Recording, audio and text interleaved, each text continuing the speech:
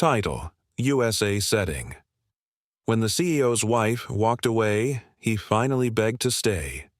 He thought money, power, and mistresses meant he would never lose her. But when his wife finally packed her bags and walked away, the ruthless CEO realized he'd lost the only thing money could never buy: her love. In the glittering skyline of New York, Ethan Cole had it all: wealth, power, influence, and a loyal wife who stood by him through every storm. But arrogance blinded him. Convinced that his wife would never leave, he betrayed her trust again and again. When Ava finally walked out, Ethan's empire felt meaningless. Now, the man who once thought love was expendable must confront the wreckage of his choices. But is it too late to win back the woman who gave him everything? The illusion of control. The city pulsed beneath the glass walls of Cole Enterprises, its lights scattered like diamonds spilled across velvet. From his corner office on the 52nd floor, Ethan Cole stood with his arms folded, staring at the skyline. He ruled. In his world, power was not just owned, it was worn like a suit, tailored sharp and undeniable. At 42, Ethan was everything Forbes magazines glorified: sharp jawline, impeccable navy suits, a voice that cut through boardrooms like a scalpel. He built his empire from a startup run out of a garage to one of Wall Street's most envied corporations. To his employees, he was ruthless but brilliant. To the media, he was untouchable. And at home, he had Ava. Ava Cole had been by his side since his broke, scrappy years. Back then, Ethan couldn't afford dinner dates, and Ava didn't care. She was the type of woman who could wear a simple sundress and outshine diamonds.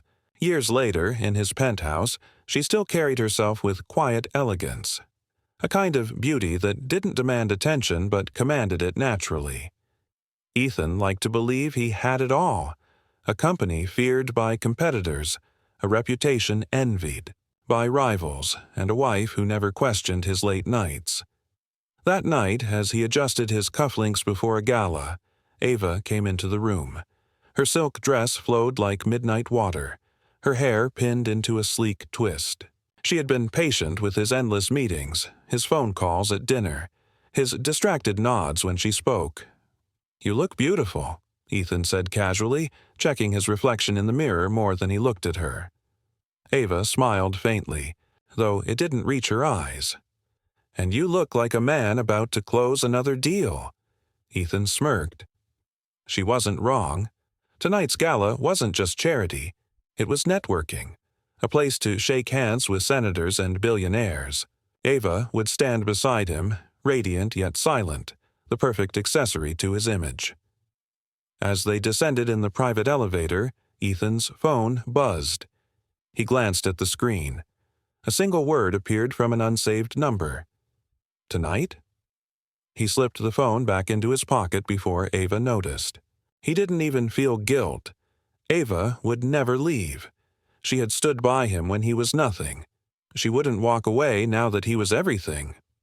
At the gala, Ethan was magnetic, shaking hands, flashing his signature grin. Ava smiled too, but hers was softer, more genuine, directed toward the charity workers rather than the billionaires. People admired her, though Ethan barely noticed, too busy exchanging cards, too busy proving himself.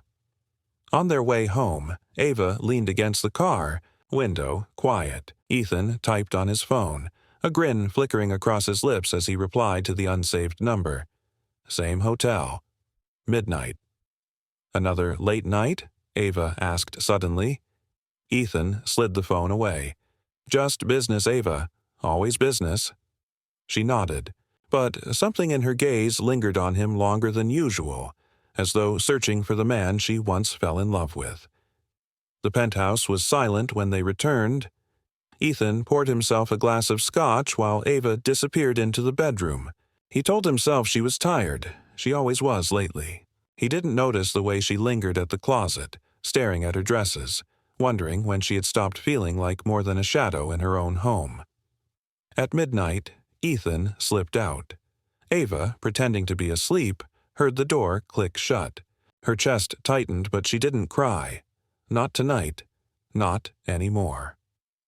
The next morning, Ethan strutted into his office refreshed from the thrill of control. Control of business, control of women, control of life. He didn't see the storm brewing quietly in Ava's silence, because in Ethan's mind, Ava was permanent, fixed. She was the anchor he assumed would always be waiting, and anchors, he believed, didn't move. But he was wrong. Very, very wrong. Cracks. Orn. In the glass. The following week was much like any other in the Cole household. Ethan gone before sunrise, Ava alone at the long dining table, untouched breakfast going cold. The housekeeper moved quietly around her, but silence had long since become Ava's closest companion. She scrolled through old photos on her phone. Ethan in worn-out jeans from their early days, the two of them laughing on a park bench, cheap takeout containers balanced between them. Those were the days when all he had to give was time, and he gave it freely. Now, Ava had diamonds but no laughter, dinners but no company. Late that evening, Ethan came home, loosening his tie, phone pressed to his ear. Yes, transfer the funds. No, don't wait for the board. He didn't even glance at Ava sitting by the window with a book. She closed it softly. Ethan, can we talk? In a minute, he said, brushing past her into his office. That minute stretched into hours. Ava waited, then went to bed alone. But she noticed the changes, the faint perfume on his jacket, the lipstick smudge he hadn't quite scrubbed from. His collar, the way his eyes lit up when his phone buzzed. One night, she reached for his phone while he showered. The screen lit up. Can't wait to see you again. No name. Just a number. Ava's heart sank. She placed the phone back carefully, her hands trembling. When Ethan emerged, she asked quietly, "Are you seeing someone else?" He froze, then laughed, a sharp sound. "Ava, you're imagining things. You know how people throw themselves at CEOs. It's harmless." Her eyes glistened. "Harmless?" Ethan kissed her forehead mechanically. "You worry too much." And just like that, he left her standing in the doorway, more alone than ever. But cracks, once made, never heal the same. The confrontation, it was a Thursday night when Ava followed him.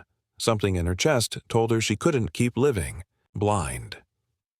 When Ethan said he had a late meeting, she waited until his car left the garage, then ordered her own cab. Her driver pulled up outside the Lexington Hotel, the neon sign glowing against the night. Ava's breath caught as she saw Ethan stepping out of his car, suit impeccable, smile careless. A woman in a red dress slipped her arm into his as they disappeared inside. Ava's hands shook as she entered the lobby. The receptionist gave her a polite smile, but Ava's vision blurred with rage. She took the elevator, following the sound of laughter down the hall until she stopped in front of a door. Her heart pounded. She didn't want to see, but she needed to. She knocked. The door opened slightly. Ethan stood there, shock flashing across his face before it hardened into annoyance. Behind him, the woman in red smirked from the bed. "Ava, what are you doing here?" he hissed. Her voice trembled, but her eyes were steady. "I could ask you the same." He stepped outside, closing the door behind him. "This isn't what it looks like." "Don't insult me," she snapped, her voice breaking. "Do you think I'm blind? Do you think I don't notice the perfume, the calls, the lies?" Ethan rubbed his temple. "Ava, calm down. It's nothing. Just a distraction. You're my wife. You always will be." Her chest ached as though a knife had twisted inside. "Nothing? You betrayed me, Ethan. Over and over. And you expect me to smile and stay?" His arrogance flared. "Ava, don't be dramatic. You know how this world works. Men like me, men like you destroy everything they touch," she whispered, tears streaming down her cheeks. For the first time in years, she turned her back on him and walked away. Ethan didn't chase her. He simply stood there, too confident. She'd return, too blind to see that something inside Ava had snapped for good. The silent distance days passed in silence. Ava stopped waiting for him at dinner. She no longer ironed his shirts or asked about his day. The house felt like a museum. Expensive, lifeless, cold. Ethan barely noticed. He thought her quiet was surrender, the same cycle they had lived through before. She would rage, then soften, then forgive. He had trained himself to believe in her permanence. But Ava was different now. She met secretly with a lawyer, her fingers trembling as she signed preliminary papers. She toured apartments downtown, smaller than the penthouse but warm, filled with light. At night, she lay awake, staring at the ceiling, rehearsing her goodbye in her head. She thought of the girl she once was, the woman who had sacrificed her dreams to build his. That girl deserved better. One morning, over coffee, Ava finally spoke. "Ethan," she said softly. He glanced at her over the newspaper. "Yes?" Her lips parted, but no words came. Not yet, not today, but soon, because silence wasn't surrender anymore. It was the sound of gathering strength, the breaking point. The morning sun filtered through the penthouse windows, spilling gold over polished marble floors. Ava sat at the dining table, divorce papers in front of her like a loaded gun. Her hand shook as she traced her name on the signature line. She had rehearsed this moment countless times, yet her chest still ached. Leaving Ethan wasn't easy. He wasn't just her husband. He was her history, her youth, her first love. But love without respect was poison. Ethan walked in, adjusting his tie, his phone buzzing with messages. "Big day," he muttered, pouring coffee without looking. "At here."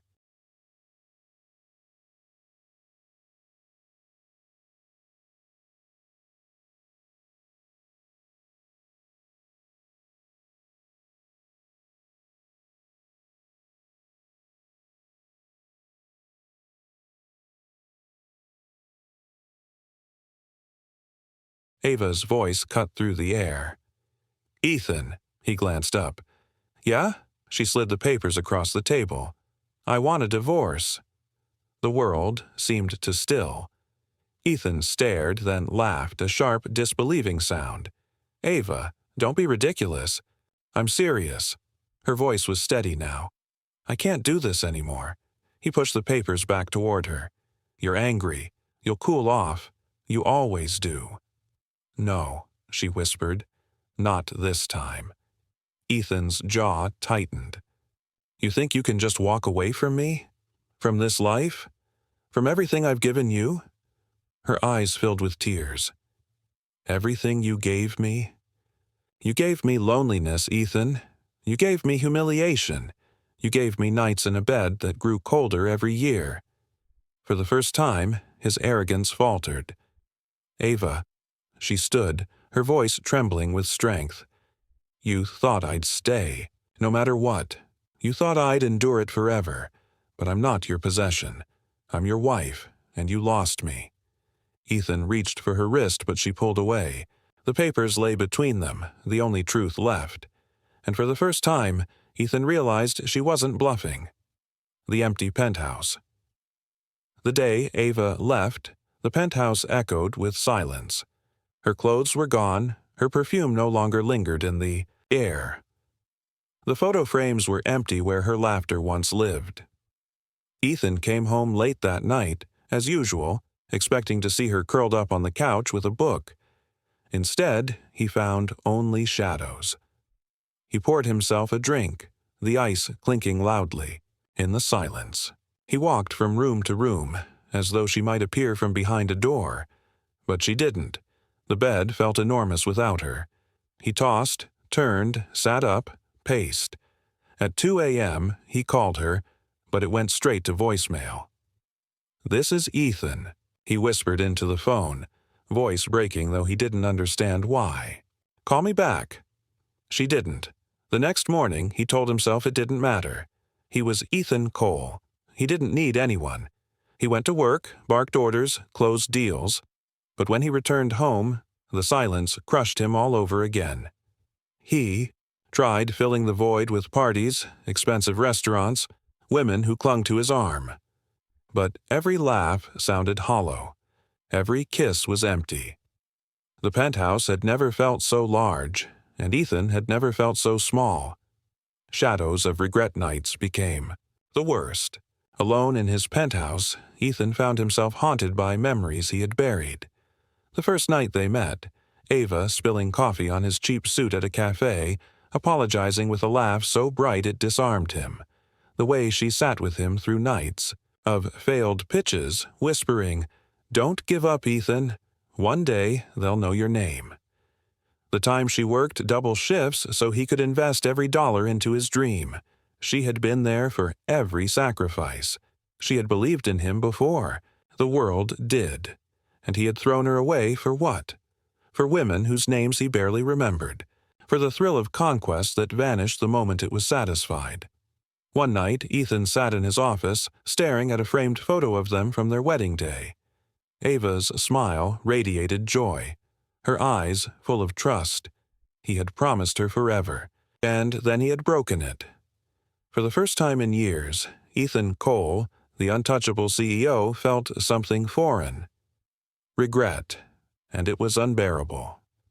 The other woman's mask Ethan thought he could numb the ache with distractions. The woman in the red dress, her name was Cassandra, was more than willing to play the role.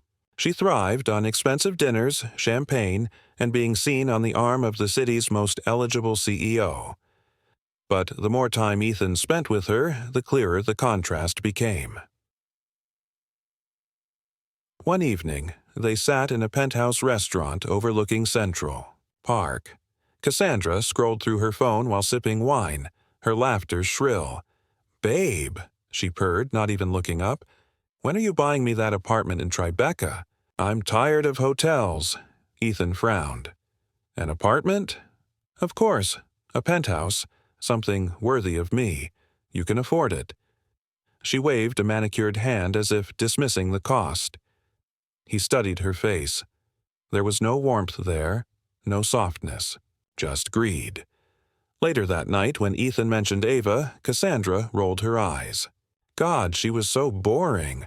Always quiet, always in the background. No wonder you needed me. Her words sliced through him. For years he had thought the same, that Ava's steadiness was dull. But now, hearing it from Cassandra's lips, he felt something twist in his chest. Ava's quiet wasn't weakness. It was strength, grace, loyalty, and he had traded it for this shallow imitation of affection. When Cassandra pressed again about the apartment, Ethan stood abruptly. "We're done," she laughed, thinking he was joking. But the finality in his tone silenced her. As he walked away, Ethan realized he wasn't just leaving Cassandra. He was leaving behind the arrogance that blinded him. But it came too late. Ava was already gone. Ava's new beginning. While Ethan sank into emptiness, Ava breathed fresh air for the first time in years. Her new apartment was small compared to the penthouse, but sunlight poured through the windows. The kitchen was hers alone, no longer a place where meals went uneaten. She started therapy, her voice shaking as she confessed years of loneliness, betrayal, and self-doubt. The therapist smiled gently. "You've carried his world on your shoulders, Ava. Now it's time to carry your own." She reconnected with old friends, laughing over wine, rediscovering the pieces of herself she had buried. She painted again, something she hadn't done since college. Canvas by canvas, her soul began to heal. One afternoon, she walked through Central Park, watching children play, couples holding hands. For the first time in years, she didn't feel invisible. She felt alive. Her phone buzzed. Ethan's name, on the screen. She hesitated, then let it ring out. This was her life now. Her freedom, and she wasn't ready to let him back in.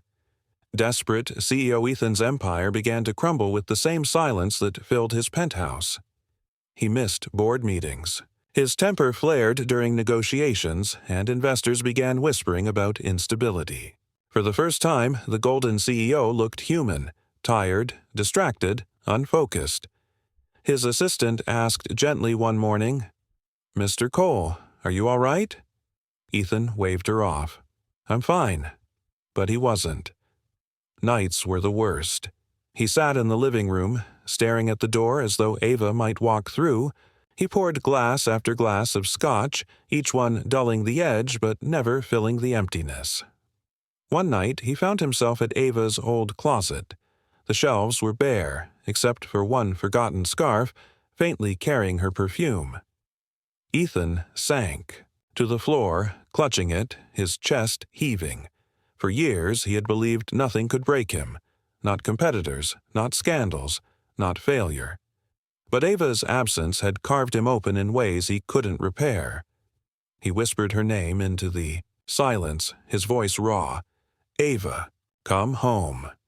But silence was his only answer. And for the first time in his life, Ethan Cole realized he was powerless. The unexpected encounter had been 4 months since Ava left when fate forced them into the same room again. The annual Children's Foundation Gala was one of the city's most prestigious charity events. Ava had accepted an invitation through a friend, her modest but elegant navy gown turning heads as she entered. She carried herself with quiet confidence, her laughter soft but genuine. Ethan was there, of course. The gala was usually his stage, where he made donations large enough to secure headlines. But tonight, when his eyes found Ava across the room, the ground beneath him shifted. She looked radiant, different, free. For the first time, Ethan wasn't the center of attention. She was. Men gravitated toward her. Women admired her warmth. And Ethan, the man who once thought she'd never leave, felt like an outsider watching the life he had thrown away. Their eyes met. Ava's expression didn't soften. She held his gaze for a moment, then turned back to her conversation, as if he were just another guest. Ethan's chest tightened. He excused himself from the mayor mid-sentence and crossed the room. "Ava," he said, his voice quieter than usual, stripped of its arrogance. She looked at him calmly. "Ethan, you look—" He hesitated. Words had never failed him in business, but now they crumbled. "Happy." "I am," she replied simply. He swallowed hard. "Can we talk?" Her eyes flickered with steel. "There's nothing left to say." And with that, she walked away, leaving Ethan standing in the middle of a glittering ballroom, surrounded by applause he could no longer hear.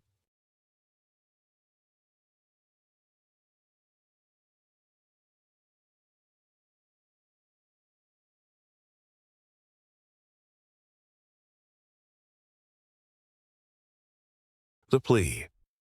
The next night, Ethan stood outside Ava's apartment, nerves churning in his stomach, a sensation unfamiliar to him. He had closed billion-dollar deals without blinking, but knocking on this door made his hands shake. When Ava opened, her surprise quickly turned into guarded calm. "What do you want, Ethan?" she asked. He exhaled, his voice low. "You, us, a second chance." She shook her head. "You don't get to ask for that after everything you've done." No," he admitted, the words tasting foreign on his tongue. "I was arrogant. I thought you'd never leave. I thought nothing I did mattered, because you would always forgive me. And then, you were gone." Her eyes glistened, but her voice was firm. "Do you know what it felt like, Ethan? To give you everything. My love, my loyalty, my years, and watch you throw it away like it was nothing? Do you know how humiliating it was to be invisible in my own marriage?" He stepped closer, desperate. "I was blind, Ava. I see it now. Please, just—" She held up her hand. "Stop. You can't beg me into forgetting. Love without respect isn't love at all, and I will never go back to who I was before." Ethan's throat tightened. "So, that's it? After everything, you won't even consider it?" Her voice cracked. "No, Ethan, I won't." She closed the door, leaving him on the other side. For the first time in years, Ethan didn't feel powerful. He felt human and broken. A test of change. For weeks, Ethan wrestled with her words. Love without respect isn't love at all. He couldn't buy her forgiveness. He couldn't charm his way back into her life. The only way forward was change. So he began. He stopped drinking himself to sleep. He cut ties with old flings and business partners who thrived on excess. He signed up for therapy, sitting in a quiet room where he admitted, "I ruined my marriage because I thought success excused cruelty."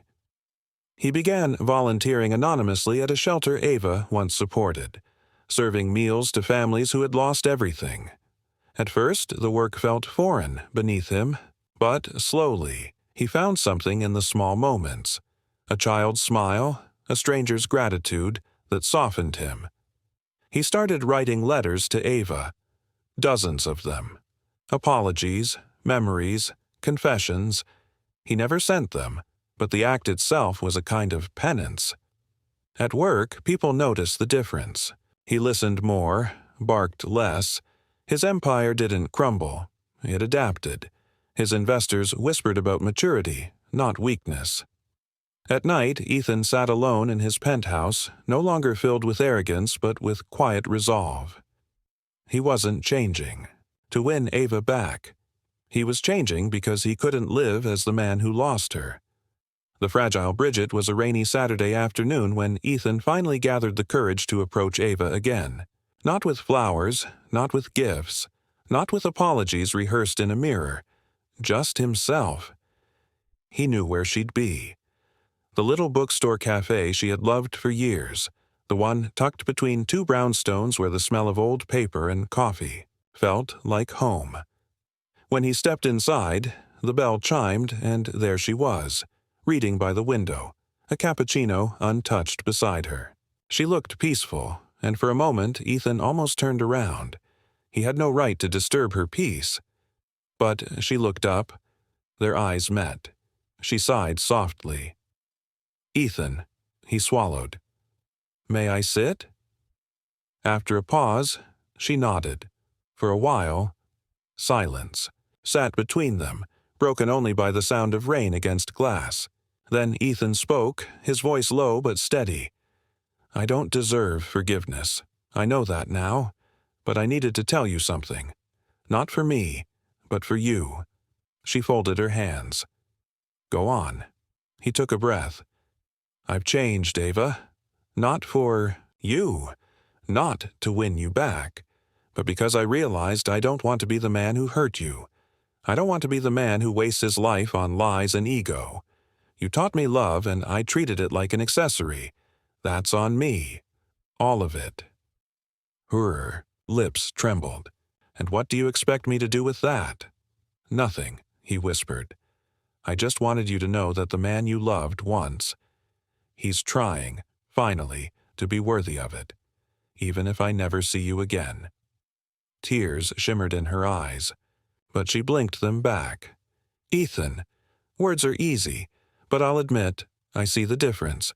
You seem softer." "It's not softness," he said. "It's clarity. You were my clarity, and losing you gave me the courage to face the truth about myself."